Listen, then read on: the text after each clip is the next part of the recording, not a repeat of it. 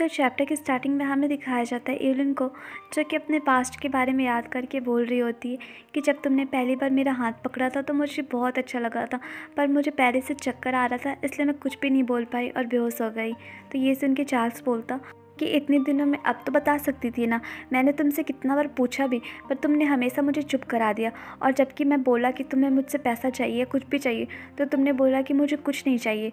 तो बताओ तुमने ऐसा क्यों किया? तो एवलिन काँपते काँपते बोल रही होती है कि सॉरी चार्ल्स, मैं इसलिए तुम्हें नहीं बता पाई क्योंकि मुझे तुमसे बहुत प्यार था और मैं तुमसे बहुत प्यार करती हूँ। पर मैं बहुत बार ट्राई की कि तुमको सच बता दूँ, पर मेरे में इतना हिम्मत ही नहीं हुआ कि सच बता पाती। और मुझे इस बात का भी डर रहता था कि अगर मैं सच बता दूँगी तो तुम मुझसे हेट ना करने लग जाओ।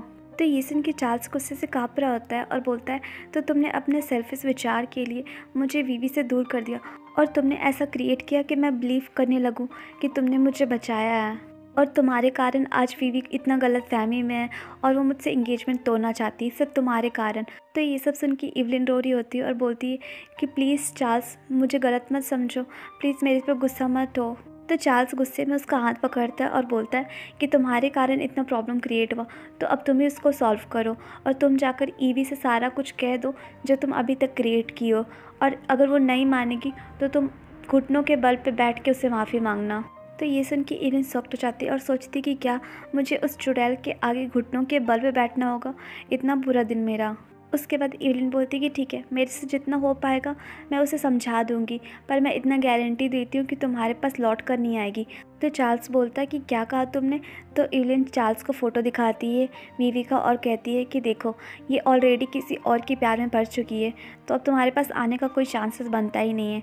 और ये फ़ोटो देख के चार्ल्स को बहुत गुस्सा आ रहा होता है, जिससे एवलिन देख के खुश होती है और सोचती है कि चार्ल्स को देखकर ऐसा लग रहा है कि अब वो वीवी से बात नहीं करेगा।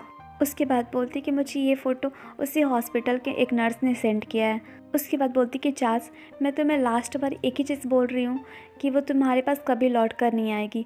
और मन में सोच रही होती है कि अब ये फ़ोटो देखने के बाद चार्ल्स उसके पक्ष में तो नहीं रहेगा, क्या ये रहेगा क्या? उसके बाद बोलती कि चार्ल्स, तुम्हें पता है कि वो लड़का बीवी को वीआईपी रूम में रखा और वो लोग नाइट स्पेंड किए साथ में। तो ये सब सुन के चार्ल्स बोलता कि एवलिन, मैंने तुमसे कहा कि जाकर तुम वीवी से माफ़ी मांगो, पर तुम मुझे किस तरह से फ़ोटो दिखाने लग गई, मुझे ये सब फ़ोटोज़ नहीं देखना। उसके बाद बोलता है कि एवलिन, क्या तुम ये कहने का ट्राई कर रही हो कि वीवी ने मुझे धोखा दिया? तो एवलिन बोलती कि हाँ, मैं यही कहना चाह रही हूँ, मैं सारा सच तुम्हें पहले ही बता देना चाहती हूँ ताकि तुम किसी तरह के धोखे में ना रहो। उसके बाद चार्ल्स पास्ट के मोमेंट को याद कर रहा होता है, जिसमें ट्रिस्टन उसे बोल रहे होते हैं कि मैंने मिस मूरे को हॉस्पिटल लेके गया क्योंकि उसे लूटा गया था, और रास्ते में मुझे मिली तो मैं हॉस्पिटल लेके गया और मैं साथ में बगल वाले होटल में रुका था। तो ये सब याद करके चार्ल्स को और गुस्सा आ रहा होता है और कहता है कि तुमने सच कहा, तो क्या इसके लिए मुझे तुम्हें थैंक यू बोलना चाहिए? उसके बाद वो गुस्से में बोलता है कि एवलिन, मैं तुम्हें लास्ट चांस दे रहा हूँ कि तुम वीवी के पास जाओ और उसे सारा सच बताओ कि तुमने कैसे उसे और मुझे धोखे में रखा। और एवलिन, मैं तुम्हें एक बात साफ साफ क्लियर शब्दों में बता देना चाहता हूँ कि मैं तुमको दोबारा चांस नहीं दूंगा, क्योंकि मैं इतना भी मूर्ख नहीं हूँ। तो एवलिन बोलती कि चार्ल्स, तुम ऐसा क्यों कह रहे हो?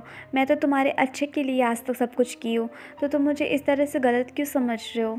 तो चार्ल्स बोलता कि अच्छा, तो तुम मेरे गुड के लिए मुझे एडवाइस दे रही हो, पर तुम्हारे में इतना हिम्मत और कॉन्फिडेंस कहाँ से आ गया कि तुम मुझे एडवाइस दो? और ऐसे बोल के वो उसका फ़ोन फेंक देता है और गुस्से में बोलता है कि एवलिन, क्या तुम्हें ऐसा लगता है कि मैं मूर्ख हूँ और मुझे नहीं पता कि तुमने क्या क्या किया है? लेकिन अब मुझे सब समझ में आ चुका है और तुम्हारा सारा सच मेरे सामने है। और एवलिन, मैं एक बात बता देता हूँ कि मेरा पेशेंस का लिमिट अब क्रॉस हो चुका है, अगर तुम कुछ भी गड़बड़ करी तो अब मेरे से बुरा कोई नहीं होगा। और ऐसे बोल के वो बाहर जा रहा होता है और एवलिन भी उसके पीछे पीछे जा रही होती है और बोलती कि चार्ल्स, मुझे पता है कि मैंने बहुत कुछ गलत किया है जो मुझे नहीं करना चाहिए था, पर प्लीज़ तुम मुझे इस तरह से छोड़कर मत जाओ। तो चार्ल्स उसका हाथ जल्दी हटाता है और बोलता है कि मुझे छोड़ दो, मेरे से दूर हटो तुम। तो एवलिन बोलती कि चार्ल्स, प्लीज़ ऐसा मत करो, मैंने जो कुछ भी किया उसके पीछे एक कारण था, मैं बस चाहती थी कि तुम मुझे प्यार करो और मेरा प्यार तुम्हें दिखे, मैं सब कुछ प्यार के कारण ही की हूँ, इसलिए प्लीज़ मुझे माफ़ कर दो, क्या तुम मुझे माफ़ करोगे? तो चार्ल्स बोलता है कि माफ़ करूँ, वो भी तुम्हें? तो अगर तुम चाहती हो कि मैं तुम्हें माफ़ करूँ तो सबसे पहले वीवी के पास जाकर माफ़ी मांगो और मैं देखूंगा कि तुम कितनी ईमानदारी से माफ़ी मांग रही हो। अगर तुम सच्चे दिल से माफ़ी मांगोगे तभी मैं तुम्हें माफ़ कर सकता हूँ।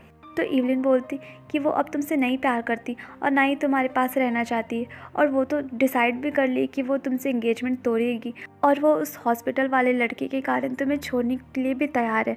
इवन उसने तुम पे चिल्लाया और तुम्हें मारा भी। तो तुम्हें क्या लगता है वैसे लड़की तुम्हारे फीलिंग्स को डिज़र्व करती है? तो चार्ल्स उसे पीछे ढकेलता है और बोलता है कि इवलिन तुम बहुत बोली, लेकिन अब चुप हो जाओ। अब मैं तुम्हारे मुंह से एक वर्ड भी नहीं सुनना चाहता हूँ। अगर तुम अब कुछ भी बोलोगी तो बहुत बुरा होगा। तो इवलिन कुछ कुछ सोचती है, उसके बाद बोलती कि चार्ल्स मुझे तुमसे बहुत प्यार है और तुम्हें पता है कि मैं वीवी से लाख गुना बेटर हूँ। मैं तुम्हारी सारी बातों को सुनूंगी, बस तुम एक चांस तो दे दो। अगर तुम एक चांस देते हो तो मैं तुम्हें दिखाऊंगी कि मैं कितनी अच्छी हूँ। ऐसे बोल के वो रो रही होती है। तो चार्ल्स बोलता है अच्छा तो तुम ये चाहती हो। तो इवलिन चार्ल्स को ऐसे बोलते और शांति देखते हुए सोचती कि चलो कुछ तो अच्छा होगा। उसके बाद वो बोल रही होती कि हाँ चार्ल्स मैं प्रॉमिस करती हूँ कि तुम जो भी बोलोगे मैं वो सब कुछ करूँगी। तो चार्ल्स बोलता कि तुम मुझे डिज़र्व नहीं करती हो। उसके बाद वो गुस्से में इवलिन को बोलता कि तुम्हें क्या लगता है कि तुम वीवी से बेटर हो? और अगर तुम ऐसे सोचती हो तो मैं तुम्हें बता देता हूँ, मेरे नज़र में तुम वीवी की नौकरानी बनने लायक भी नहीं हो। और तुमने जिस तरह से हमारा रिलेशनशिप ख़राब किया है, दोबारा कोई चांस नहीं कि तुम मेरी लाइफ में वापस आओ। इसलिए तुम दिन में सपने देखना बंद करो और जाओ यहाँ से। और ऐसे बोल के वो जाने लगता है। तो पीछे से बीवी बोलती होती कि चार्ल्स प्लीज़ रुक जाओ, प्लीज़ मुझे ऐसे छोड़ के मत जाओ। और मन में सोच रही होती कि बीवी तुमने मेरे साथ बहुत बुरा किया है और तुम मुझे भूत के जैसा डरा रही हो। और मुझे एक बात समझ नहीं आ रहा है कि तुमने खुद चार्ल्स को छोड़ दिया, तो चार्ल्स के मन में अभी भी तुम्हारे लिए फीलिंग्स आखिर कैसे है? उसके बाद सोचती कि वीवी तुम कहीं गायब हो जाओ। उसके बाद सीन शिफ्ट होता है और हमें दिखाया जाता है एक होटल को, जहाँ पे हमारी वीवी मिस्टर ट्रिस्टन से मिलने पहुँची थी। और वो बोल रही होती कि मिस्टर ट्रिस्टन आप मुझे इतने सारे पैसे क्यों दे रहे हो? और मन में सोचते कि पता नहीं इसको क्या हो गया है, क्या ये मजाक कर रहा है। उसके बाद ट्रिस्टन बोलते कि मिस मुर्रे पहले एक बार आप एग्रीमेंट को देख लीजिए, उसके बाद बात कीजिए। उसके बाद वो एग्रीमेंट दिखाता है जिसको पढ़कर हमारी बीवी शॉक्ड हो जाती है और सोचती है कि ये एग्रीमेंट। और वो ऐसे सोच ही रही होती है तभी ट्रिस्टन बोलते हैं कि मिस मुर्रे क्या तुम जानती हो कि मेरी फैमिली इस टाइम क्रिटिकल सिचुएशन में गुजर रही है और तुम इस टाइम एंगेजमेंट कैंसिल कराने का सोच रही हो? इससे हमारे फैमिली में कुछ प्रॉब्लम फेस करना पड़ सकता है। इसलिए मैंने एक कॉन्ट्रैक्ट लेकर आया जिससे हमारी और तुम्हारी, हम दोनों की फैमिली बच सकती है। उसके बाद बोलते हैं कि मैं तुम्हें $100 मिलियन दूंगा, बस तुम्हें इस पेपर पे अपना सिग्नेचर करना होगा। और इधर दिखाया जाता है बीवी को जो कॉन्ट्रैक्ट पेपर पढ़ रही होती है और पास्ट के मोमेंट को याद कर रही होती है, जिस टाइम उसकी मदर इन लॉ से बोल रही होती है कि साइन करो इस पेपर में। तो बीवी बोलती है कि मिसेस लॉसन मैं आपसे भीख मांग रही हूँ कि आप मेरी शादी उससे करा दीजिए। और मेरा प्यार चार्ल्स के लिए रियल है और उसने मुझसे प्रॉमिस किया था कि मैं जब जेल चली जाऊंगी तो मुझे शादी करेगा। तो ये सुन के मिसेस लॉसन हमारी बीवी के फेस पे कॉन्ट्रैक्ट पेपर फेंक के मारती है और बोलती कि झूठ बोलना बंद करो। तुम्हारी जैसे क्रिमिनल के मुंह से ये सब सुनना अच्छा नहीं लगता। वो तो बस मेरा बेटा को तुमसे शादी करना है, इसलिए मैं चुपचाप से सह रही हूँ उसका। उसके बाद बोलती कि अगर तुम उसे शादी करना चाहती हो तो इस एग्रीमेंट में साइन करो। तो वीवी उस एग्रीमेंट को देख के सोच रही होती कि आखिर इस एग्रीमेंट में क्या है, और वो ऐसा सोच रही होती तभी उसे पेन फील हो रहा होता है, इसलिए वो पेपर नहीं पढ़ पा रही होती है। तो मिसेस लॉसन बोलती कि तुम्हें क्या लगता है इस पेपर में क्या होगा? इस पेपर में ये लिखा है कि अगर तुम शादी कर लेती है तो इस घर से तुम्हें $1 नहीं मिलेगा। तो अगर तुम्हें उसे शादी करना है तो ये करना पड़ेगा, समझ गई? और अगर तुम नहीं कर सकती तो यहाँ से चली जाओ। तो बीवी जल्दी जल्दी उस पेपर पे साइन कर देती है। उसके बाद सीन प्रेजेंट में शिफ्ट होता है और ट्रिस्टन बोल रहा होता है कि मिस मुर्रे क्या हुआ, तुम्हें देखकर ऐसा लग रहा है कि तुम खुश नहीं हो, क्या ये प्राइस बहुत कम है? तो बीवी बोलती कि नहीं आप गलत समझ रहे हो, ये बहुत ज़्यादा पैसा है और मुझे तो आइडिया भी नहीं था कि चार्ल्स से एंगेजमेंट तोड़ने के लिए मुझे इतना सारा पैसा मुआवजा के रूप में दिया जाएगा। उसके बाद वो कुछ कुछ सोचती है और गुस्से में बोलती है कि ऐसा लग रहा है जैसे आप मुझे चोर समझ के रखे हो, इसलिए मुझसे छुटकारा पाने के लिए इतना सारा पैसा दे रहे हो।